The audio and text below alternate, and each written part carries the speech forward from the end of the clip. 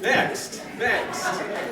I always like it when we hear from one another. I like to know what's going on, and I want you to know and kind of just glean kind of what God's doing in the lives of people, especially people who are new or who have returned to us after being gone for a while. So would you please welcome Whitney Moore as she comes up here. If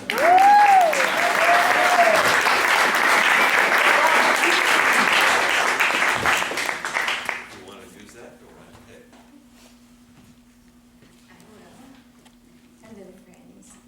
I'm not going to use that.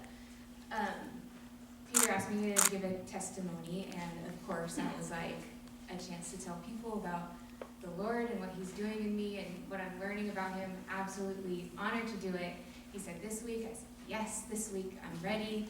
And then this afternoon I was like, wow, I'm nervous. Like, I know these people, I love these people, I'm nervous. So I wrote it down and I'm going to read it, and I hope that the Lord will still encourage somebody's heart in spite of my delivery. So here it is. I first joined Grace in 2012 and pretty immediately poured my life into music ministry here. In 2016, I was hired as the executive assistant to the Grace administration, and I worked here on staff for 3.5 years. In that time, I married Barry Moore, who was the director of Chapter 3, and he was pastoring the college-age young adults at Grace. We were here working together until 2019 when we left Grace, and we went to help our longtime friends in ministry in Ventura.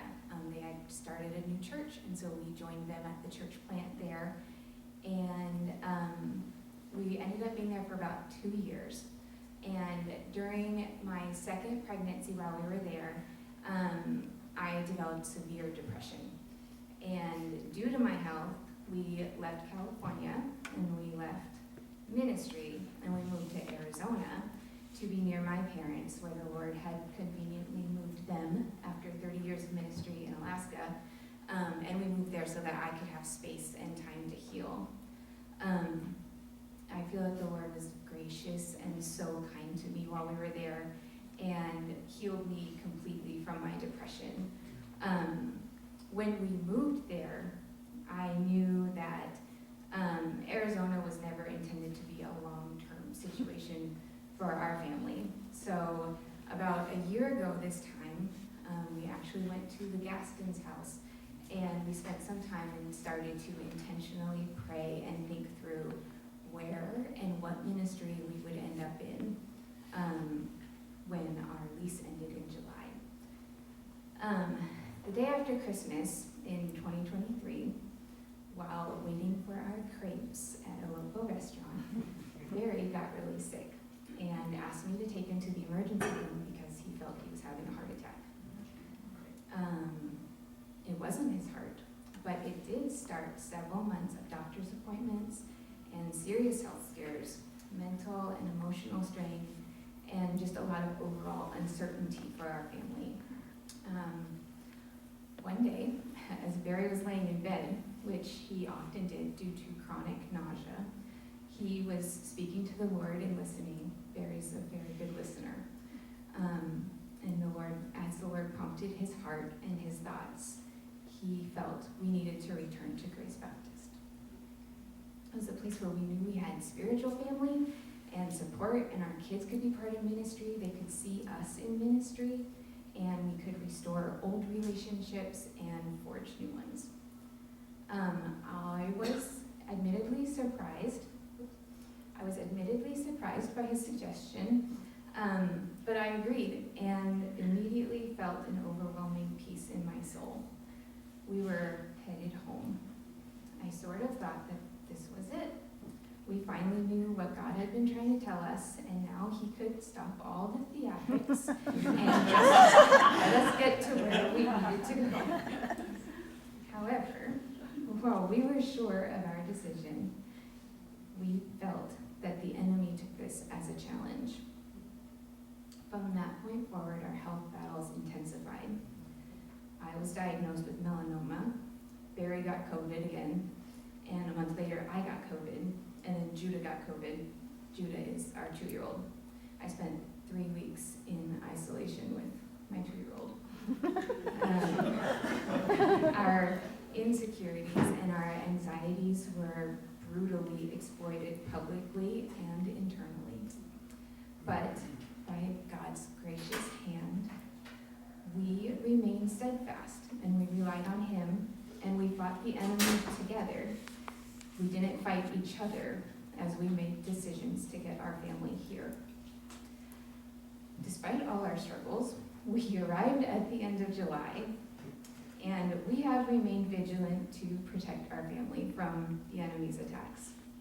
They have not stopped, but if this year has taught us anything, we know that every person, circumstance, diagnosis, blessing, illness, everything is brought to us so that we will learn and know Him better.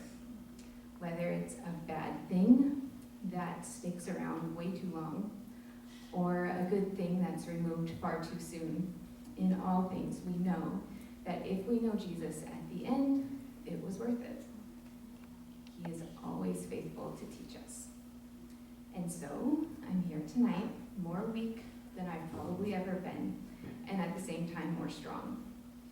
And I still feel the dark weight of the enemy's attacks at times, but a steady and quiet current of peace continues to guide my soul as the Lord kindly directs our way. I want to close with 2 passages of scripture that the Lord has brought to my mind often. It was very difficult to choose which ones. The first is from Isaiah 30. It says, "He will surely be gracious to you at the sound of your cry.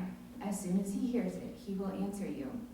And though the Lord give you the bread of adversity and the water of affliction, your teacher will not hide himself, but your eyes will see your teacher, and your ears will hear a word behind you saying, 'This is the way, walk in it.'" I am so grateful that He chooses to teach us and to direct our steps.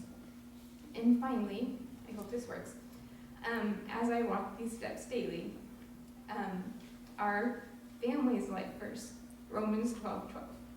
And I would like to share that with you from my 4-year-old, if it will let. And hope, patience, and trace the conscience, and well, hold so. 12.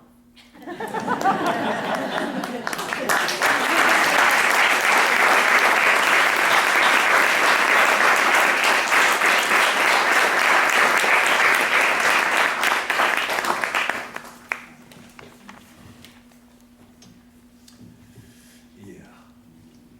See, those are beautiful moments, right? Those are moments where you know that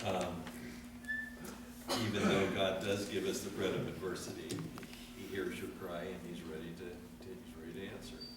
Not necessarily take it away, but He's ready to walk through it with you. And so thank you. And I know there's a lot more even behind those words, right? You got to be safe about what you can't share, what you're ready to do. That's a great thing.